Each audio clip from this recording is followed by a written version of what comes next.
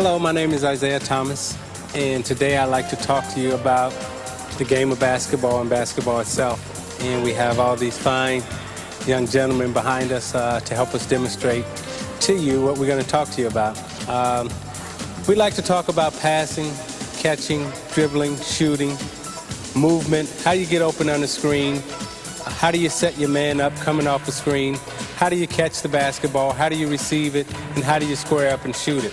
We're going to cover transition basketball, we're going to cover fast break basketball, we're going to cover everything. So if you haven't got your popcorn and everything yet, you should probably go out and get some of that and sit back and watch and enjoy. Shooting, dribbling, catching, passing, all that is usually done with the end of your fingertips, not with the palm of your hand. Listen to this sound. Now listen to this sound. This is what you call touch. Like you hear some sports commentators announce, well, this guy has a great touch, he has a great feel. You know, in football, basketball, touch is with your fingertips. Feel is with your fingertips. That's rough and hard. Now, so I'll just go through some drills that I use just to get your fingertips used to the basketball.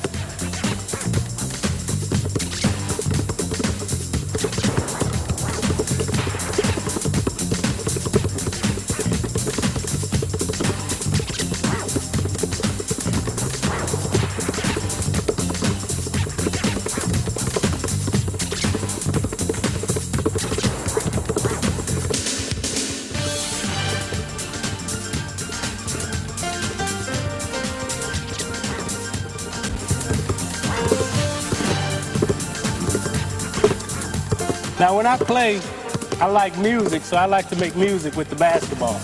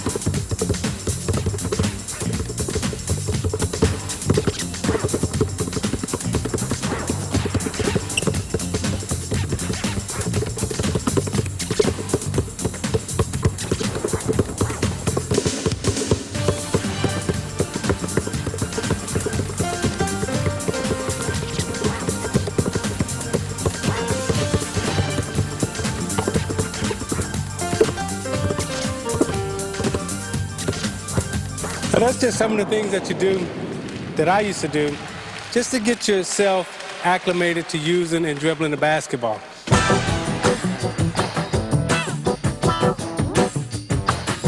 So, we'll give you the new school crossover.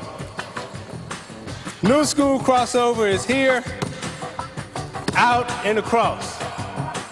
Okay, now put your hand in this crossover lane here. Get down and defend, right? Is that how you would defend me? Okay. So you're going to go here. That's gone. Now, if you want to crossover dribble old school, put your hand in that passing lane, right? So it's here. You can't get it. See? It's up under here. You can't get it. Up under your knees.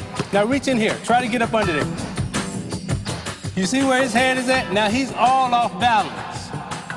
And 9 times out of 10, he's gonna bump heads with me. Now I got a hard head and I had a lot of cuts on my eyes because people was reaching in there and we would always bump heads. But this protects you from losing that ball. Now you're gone. So, basketball, layup. And if he doesn't play me, then I just keep going. If the defender doesn't stop you, keep going. If he stops you, go the other way.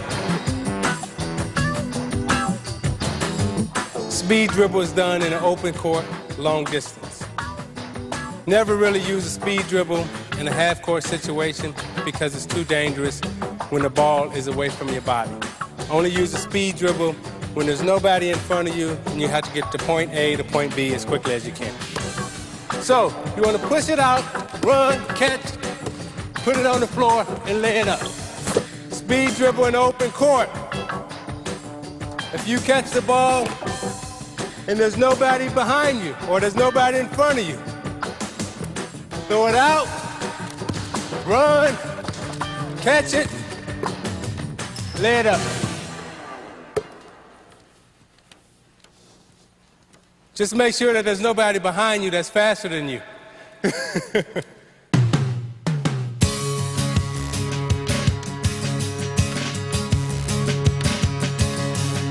Ajzeja Lord Thomas III was born in 1961 on the west side of Chicago, a harsh neighborhood where delivery trucks and taxi cabs often refused to go. My mother was a very strong disciplinarian. She didn't necessarily believe in the Dr. Spock method of raising your kids in terms of reasoning. She believed in a strong, heavy hand. And, you know, we were all brought up Catholic, so between her and the Lord, you know, there was heavy guilt from the Lord, and there was a heavy hand from my mother. From the time he could walk, Ajzeja Thomas was playing basketball.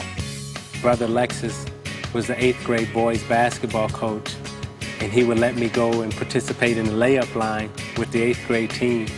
And I remember I got kicked off the team in kindergarten. I didn't necessarily get kicked off, but I remember there being this big brouhaha about not allowing me to, you know, participate in the 8th grade layup line because I was too young. And consequently, I just started being a water boy. In the 8th grade, Ajzeja tried to win a basketball scholarship to Weber High School, but was rejected because of his height. His team then played in a tournament held at St. Joseph's High School. Gene Pingator, the St. Joseph's basketball coach, was there to see another kid play, but he was impressed by the way Ajzeja dominated the game. So the high school coach asked me to come. I went out and I took the entry exam and I passed and they let me in.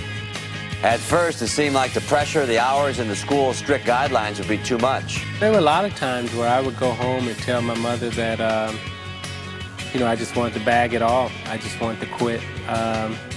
But, you know, she would remind me of all the hard times that she had came through because she grew up in Vicksburg, Mississippi.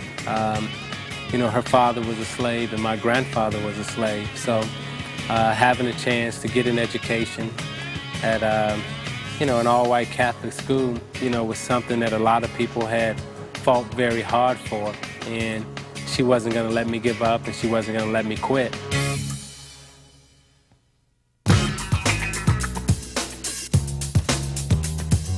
Okay, so now we want to talk about shooting and how do you score?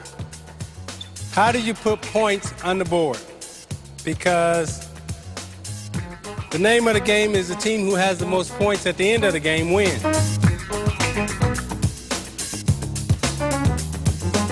So you got to be able to score. Now, on the right side of the court and on the left side of the court, you got to be able to develop your right hand as well as your left hand. So when it comes time to make a layup, if you're on the left side of the court, in your left hand, you got to be able to go to the basket, drive it strong, and finish with your left hand. So, on a left-handed layup, you go 1 in a half. Got it? 1 in a half. Right hand side. Same thing. 1 in a half. The backboard is your friend. So you don't want to come and make a left-handed layup and not use the backboard and just use the rim to kind of guide your ball in. You want to be able to put it right in the center of the square and lay it up so you can score.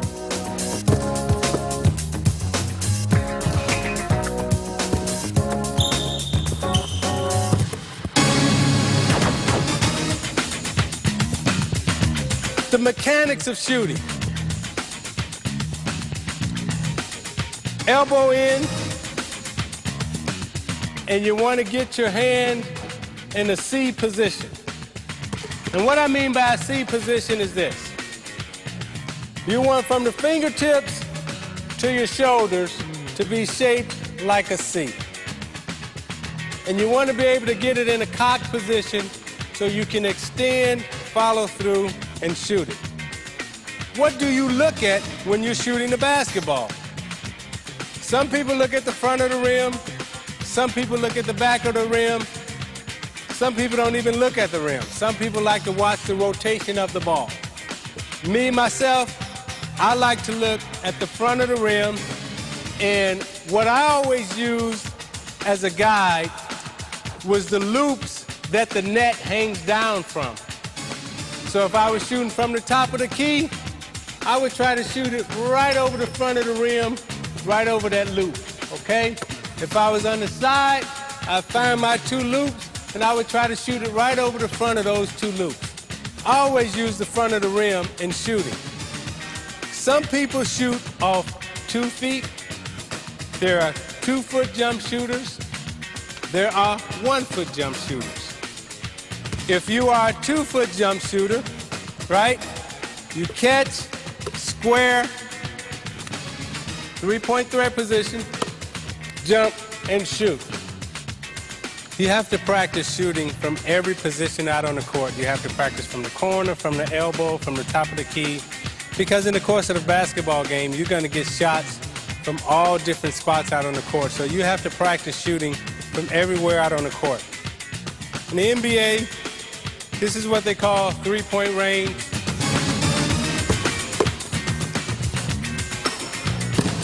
This is around 20, 21, 22 feet. This is 15-foot range.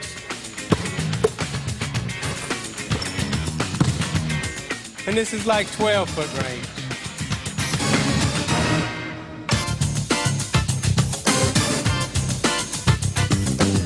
Sometimes you may be in a position where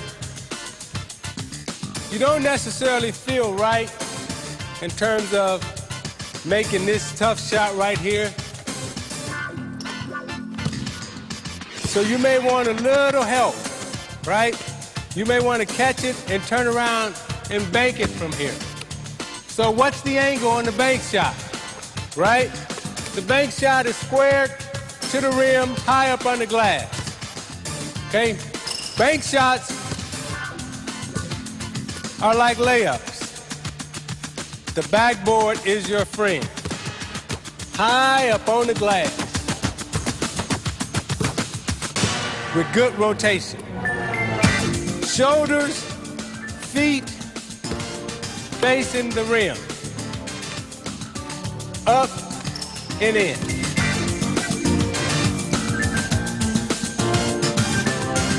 Now, you're also going to get fouled. And the free throw shot is a totally different shot than the jump shot. A lot of times, when you're shooting a free throw, it's right after you done ran about 5 or 6 sprints to jump up and down, and you're totally out of breath, and somebody says, okay, come shoot a free throw.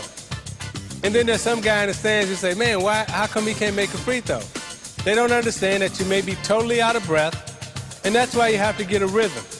So what you need to find is a comfortable rhythm at the free throw line, a routine. Some guys like to start at the top of the key, walk to the free throw line, and the referee hand them the basketball. Some guys like to get the basketball, then take a step back and walk in on their own. But it all depends on what is your free throw rhythm. Now, me, myself, I always like to line myself up with my little loop in the front. because that's what I'm going to shoot over. And I want to line my right hand up, since I'm right-handed. I want to line it up right in the loop because I'm going to throw it right in the rim, right over the top of the loop. My rhythm was 3 bounces.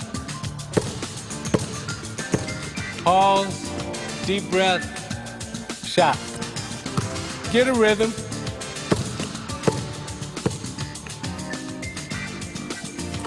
And shoot. Just as you would shoot your jump shot, you always want to get lined up to the basket, get in your C position, follow through.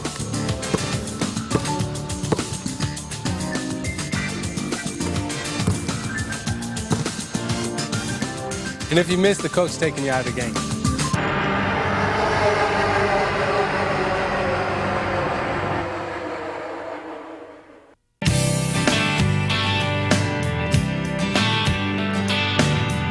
Coach Ping had to take a player trained on West Side playgrounds and teach him the fundamentals of the organized indoor game. His way of teaching was that whenever you did something wrong, he put you on the bench and make you think about it. And nobody wanted to come out of the game, so consequently you wouldn't make the same mistake twice. At the end of the season, the Chargers faced De La Salle High School for the right to go to the Sweet 16 of the state tournament. It came down to the last shot. When that kid made that shot from half court to beat us, it was the last second shot. It was like the ending of, you know, high school. It was like the ending of your innocence. I remember Mr. Plejmejker coming over to my house with like 3 boxes full of letters from like different colleges, you know, where I could go to school at. And I remember my mother and sister, you know, just looking at all the letters and like, you know, Junior's gonna go to college for free and this is great. At that point in time, they didn't care what college it was as long as I was gonna go for free. Ajzeja chose Indiana University. It offered a fresh start, far away from the ghetto where he was born. Though she would have preferred a school closer to home, Mary Thomas respected Indiana coach Bob Knight. Basically, my high school coach and Coach Knight and my mother, they're all the same people. They all have the same philosophies about life. They all believe in strong discipline, and they all believe in education.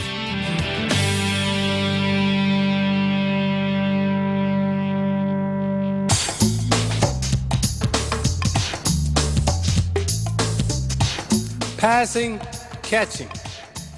There are a lot of different kinds of passes that you can use. You use the 2-handed chest pass out on the perimeter of the court, and also when you're advancing the ball up court. And why do we use the 2-handed chest pass? Because A, it gets there quicker, and B, you can fake it. If his man tries to steal the ball, you can always pull it back. So you got 2 hands on the ball. 2-handed chest pass is a step and a throw. Step and a throw. And it's called a chest pass because you're throwing it from your chest and you want it to hit him in his chest. Chest, throw. Chest, throw.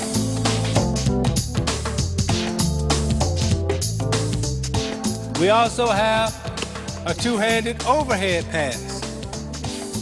It's a step and a throw. So if you're right-handed or left-handed, it doesn't matter. You want to be able to take a step and throw. And you want to put something on that basketball. Step and throw. Step and throw.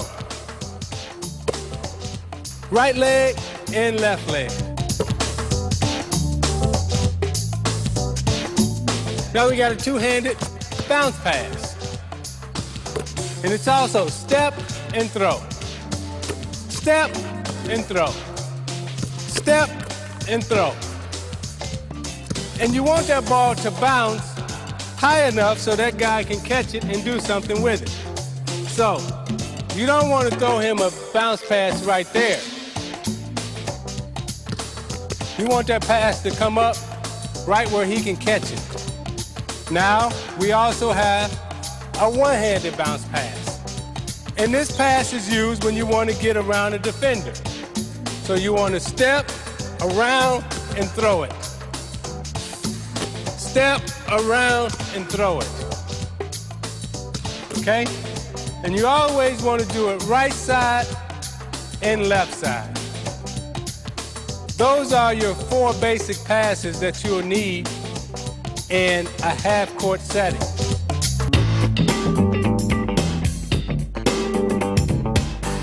Now, a baseball pass is used in the lone court in transition. There are baseball passes up, and I sometimes like to throw a low one, bounce pass, okay? 9 times out of 10 when you use a baseball pass, you use it on the fly, long distance. You jump out of bounds, always clear the backboard. Baseball pass over the head, touchdown, Troy Aikman. So red's on offense, white's on defense. On the snap of the ball, we go down. We have a down screen. You set your man up, you come off, and you make a 2-handed pass. Now, as a guard in this position, right, if you got to be able to read this situation happening here, and if the offensive player comes out open, you got to be able to pass him the ball where he can catch it and shoot it. Now, how do you do that? I'm going to hit his inside shoulder. Now, when I hit his inside shoulder, automatically that makes him turn. If I hit his outside shoulder, you see what he has to do with the basketball. It throws him out of position. So if I want this guy to come off, catch, and shoot, I got to be able to put that ball inside so he can turn and shoot the basketball. Now, a lot of guys just get a guy the basketball and say, okay, you do what you want to do with it. But as a point guard, if you want to make it easier on your man, you got to be able to read it and give it to him right in the inside. Snap of the ball. Shot.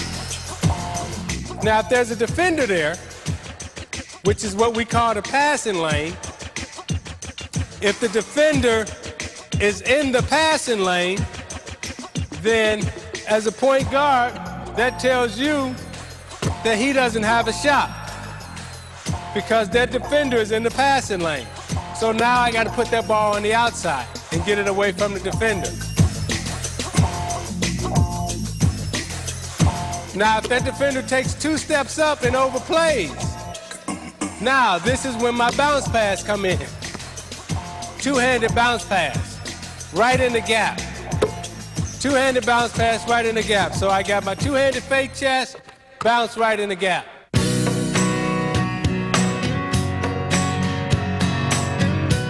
My sophomore year, we started off very, very shaky. You know, we started out, I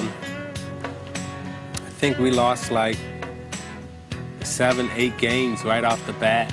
In December, Knight made Thomas the team captain. He told the sophomore that when it came to inspiration and playmaking, the team was Ajzeja's to run. But we regrouped in January, got it together going, doing the Big Ten, and went into the postseason play, you know, feeling fairly confident that whoever we played, we would beat them. Indiana blew through the regular season and again won the Big Ten. In the NCAA tournament, the Hoosiers were ranked 3rd in the Mid-East. At one point, Knight shoved a critical fan into a wastebasket. But the Hoosiers easily dispatched Maryland, UAB, St. Joseph's, and LSU to advance to the championship game against North Carolina. I remember at the start of the second half, you know, North Carolina had ran this play. They ran it like 2 or 3 times in the first half.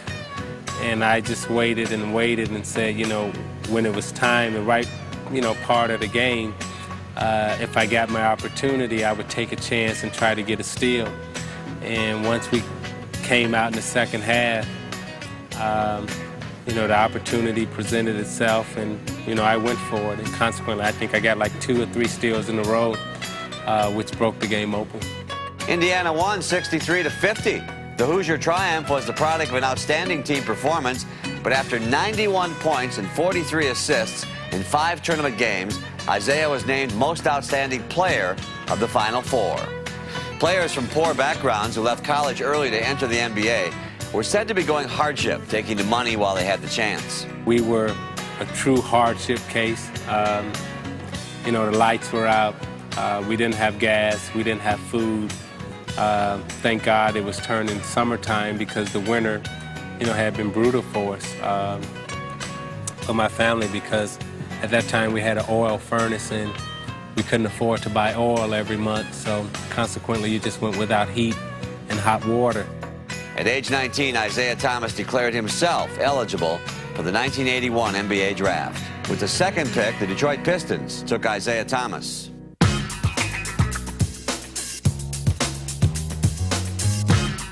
If you imagine the screen is coming down and you're saying to yourself in your mind, I want to get me a 15-foot shot right here, because I've been practicing this 15-foot shot for the last 3 weeks, and I've been doing it 100 times a day. Me, I did about 3,000 times a day. But in a basketball game, you're only going to get 2 of those shots in a 48-minute period. So you may practice 1,000 shots a day, but guess what? You're only going to get 2 times to make that shot. And the first time you miss it, you're going to be sitting right over there on the bench because the coach is going to yank you.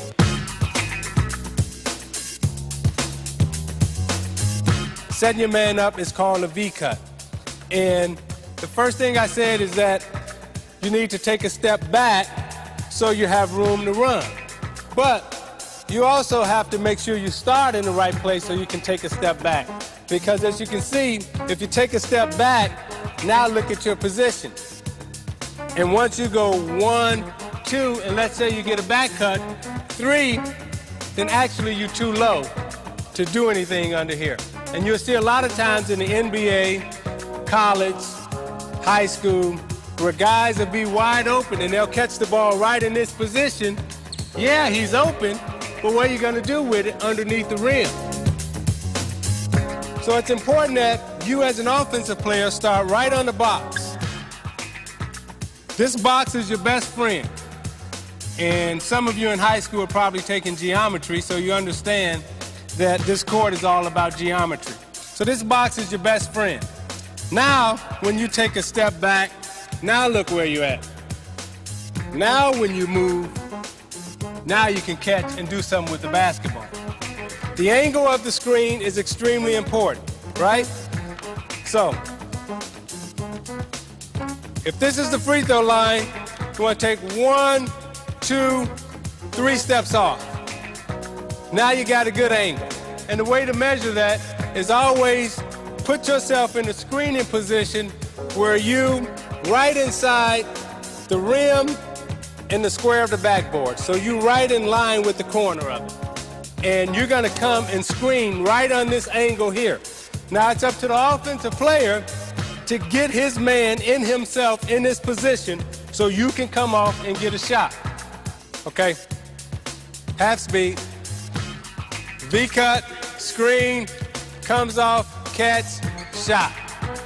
Here's the key as an offensive player in terms of getting open. When the screen is coming, don't move until the screen starts coming. Remember, it's always better to be a second late than a second early.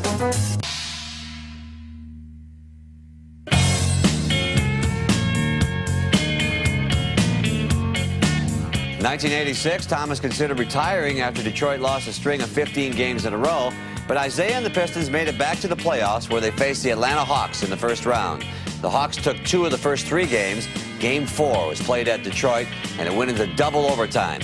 Atlanta won by a single point. And I'll never forget them dancing on the Silverdome floor, partying, you know, rolling all around, laughing. And I remember just standing there watching their celebration. And I said to myself at that moment, I would never let another team come in our house, my city, my town, and do this again. In 1987, after their heartbreaking loss to the Hawks, Detroit went 52-30 and plowed its way to a playoff rematch with Atlanta in the Eastern semifinals. I just remember going into that series, looking at their talent and understanding that they had better talent than we did, but our will and our determination, it just wasn't going to happen. There's no way they were going to beat us. Detroit took Game 5 against the Hawks to advance to the Eastern Conference Finals, where they faced the defending champion Boston Celtics. Detroit took Game 6 at home to force a final and deciding game on a hot day in Boston Garden with the air conditioning broken. The Celtics outlasted the Pistons and won 117-114. Ajzeja Tomas and Detroit had come within 3 points of the NBA Finals. I can speak very candidly and say that night in and night out, we wanted to come out and physically intimidate you. We wanted to come out and physically pound you pretty good. And we wanted you to think about that before the game. I came up with the phrase of the bad boys. In 1988, the Pistons finished the season with 54 wins atop the Central Division and plowed their way back to an Eastern Conference rematch with the Boston Celtics. It's time for these guys to step aside. We're going to the NBA Finals, and they're just a stepping stone in our way.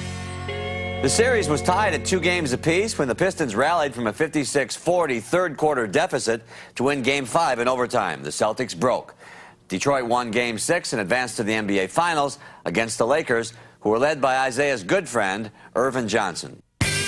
I didn't see any of them on television, but I'd imagine that the person who was watching on television could reach and touch the TV and get like a little vibe, you know, like, ooh. In Game 6, Ajzeja sprained an ankle but scored a finals record 25 points in the third quarter as the Pistons lost to the Lakers by a single point. With a bruised back, an injured knee, a dislocated finger, and a jabbed eye to go with his sprained ankle, Thomas spent the next 2 days in rehab. And now that you're there, and all the people who were doubting you, and you finally have a chance to put the nail in the coffin, and you can't do it because you're injured. The Pistons led Game 7 at halftime, but the Lakers edged ahead in the second half to win 108-105 and claim their second straight NBA title.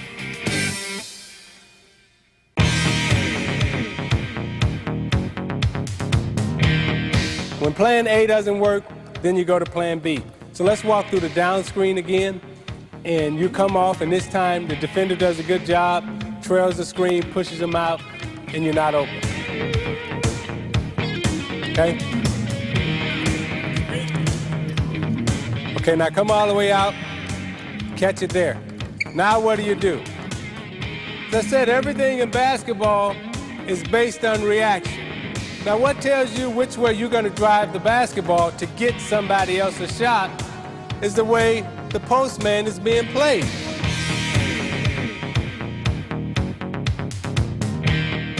Let me show you.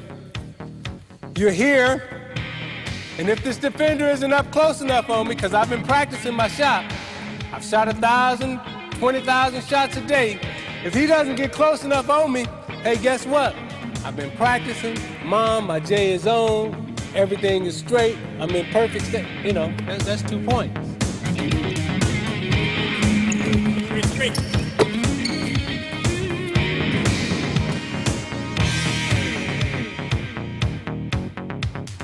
You have to work at every phase of the game to make this defender have to honor every part of your game.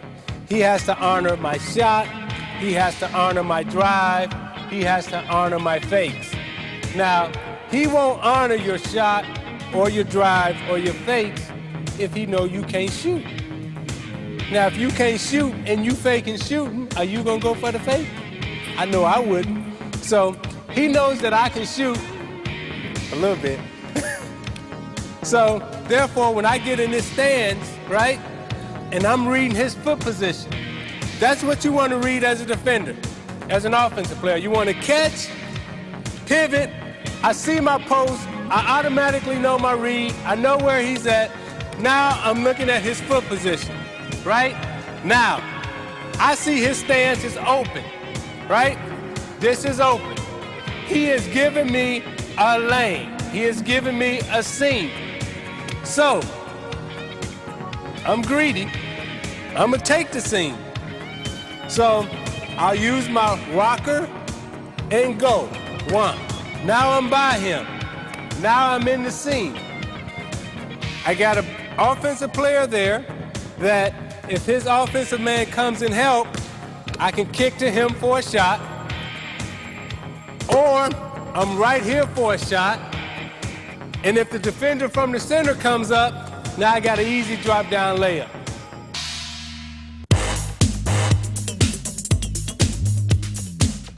First thing you want to do is read his foot position, right? And now he's really set up for the rocker step, because now I know I'm gonna attack this leg right here, because there's no way when I jab and go, the first thing that he's gonna have to do as a defender is he's gonna have to move and open up. Now when he opens that leg up, I'm gone.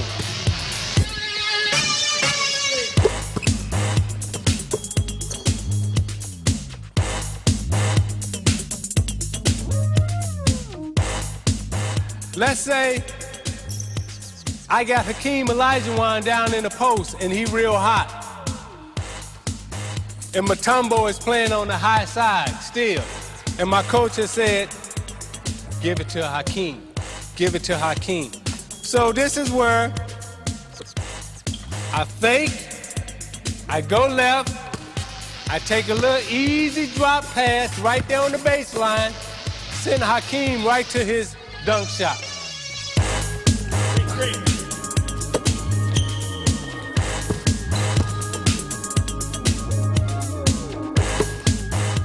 Now in the pros, and this drives me crazy about a lot of point guards, because a lot of guards, they'll see this pass here and they'll do this. Well, you know what you just did to that post man? You just made him real mad, because you pulled him out of position with this pass right here. Now he has to go out there and catch it, and now he's got to do this one-on-one thing, and as a guard, you haven't helped him at all. If anything, you've just made him real mad and put him in a position that if he's not Hakeem Olajuwon, he's not going to score. So you want to be able to take this basketball, drive it hard, and make that drop pass to the baseline for a score. Now, you can also drive it hard, and guess what? You can keep going, because that's a screen. And this is a layup. Basketball is a game of action and reaction. You got to understand where you're at on the court, and you got to be able to help your teammates.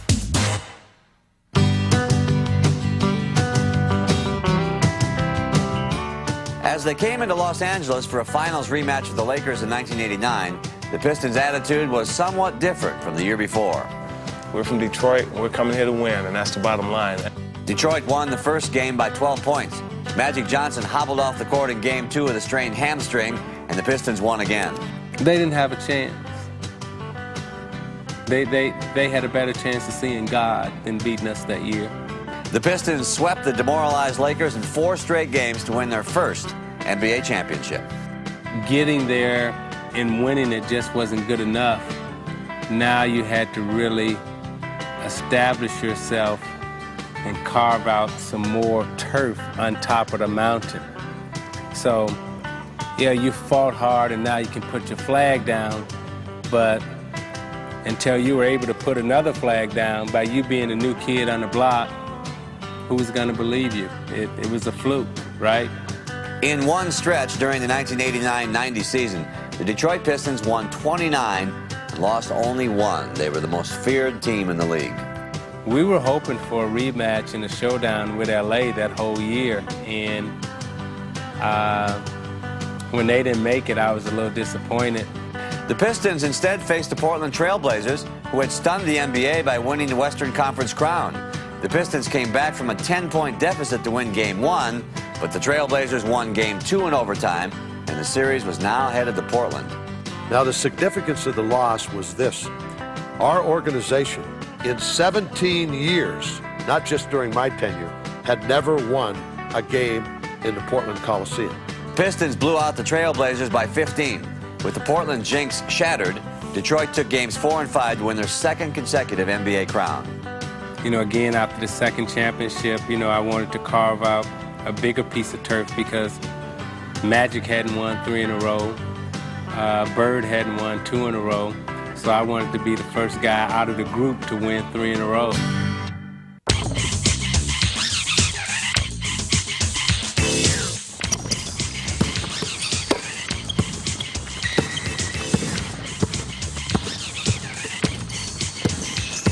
So, now that we're in the half court, notice where everybody's at, okay? Now when the ball is on this side of the court, ball's on the left side of the court, how do you know it's on the left side of the court? Because when you as a defender look down at the other end of the basket, you will see that this guy is on the left side of the court because he splits the front of the rim. You always want to be able to be close enough to your man that you can touch him. If you're not close enough to touch, you're too far away. Also, in being close enough to touch, you don't allow the offensive player to get up a whole lot of steam and a lot of room to move and maneuver. So in order for that offensive player to move or maneuver, he's got to go back. And then going back, you've accomplished your job as a defender. But if you're not close enough to touch, and you one step back, now I can attack. One step back, attack. Close enough to touch, I got to step back. Those are the keys. And now what does ball you man mean? When you off of the ball, and we'll put the ball here. As a defender, in your mind, you always are thinking, ball, you, man. You have to always be in a position where you can point. You can see your man, and you can see the ball. This is what they call peripheral. So you can stand here and look straight this way, and you can see the ball, and you can see the man. And your head is on a swivel. So your head is positioned here, here, and you're always looking. But you can stand in this position and see ball, you, man.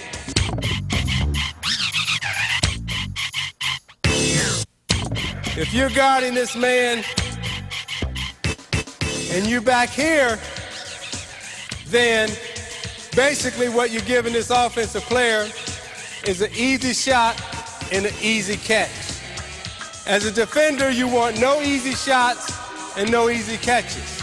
So when the ball is there, you want to be one step off your man, and you can see ball, you, man. That is called weak side defense. When you are off of the ball. Strong side means that you're closer to the ball. So strong side defense is same thing, ball, you, man, but in a much tighter position. So as opposed to being a step away, now you want that step closed.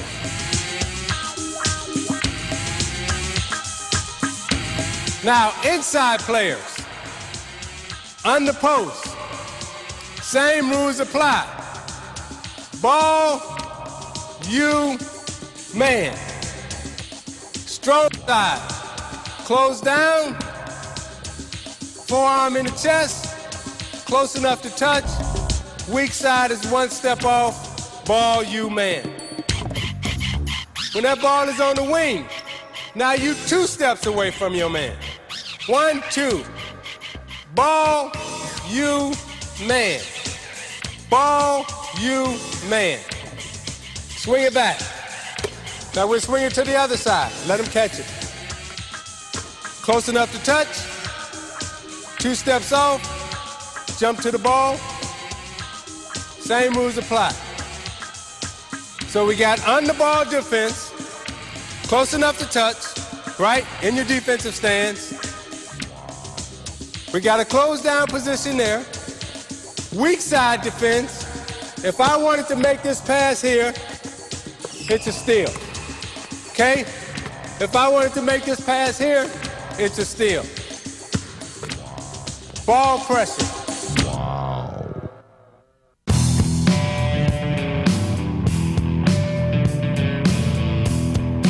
Ajzeja sat out 30 games the next season after surgery on his eyes and wrist, and the team seemed to have lost their sense of purpose. When you're in the jungle and you got a broken leg and you can't get out, lion's gonna eat you. For 2 years, Ajzeja Thomas and the Detroit Pistons had played mind games with Michael Jordan and the Bulls, but now with the Pistons flagging, Jordan saw his opportunity. And I remember getting ready to block him out, standing at the free throw line, and I looked in his eyes and I seen the look that I used to have, and it scared the life out of me because I knew that that type of force, that type of commitment, and that type of will combined with his talent, only thing you can do is just move out of the way.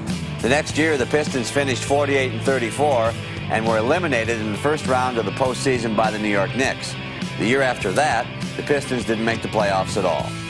The 2 stakes that you had put at the top of the mountain that you could be mentioned in the same breath as the others, once we lost our identity and what we were about, it's as if they took the 2 flags, brought them down from the top of the mountain, and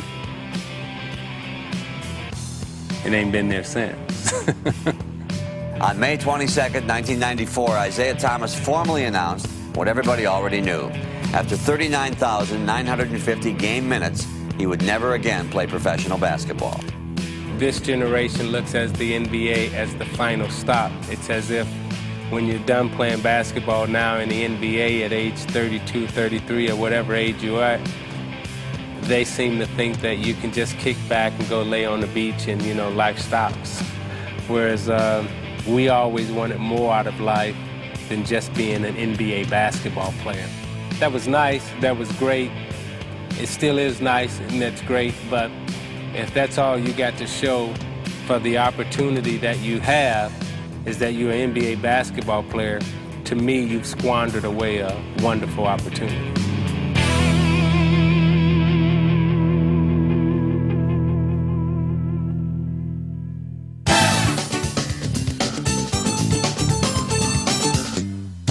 This is a game that you really got to have a lot of fun with.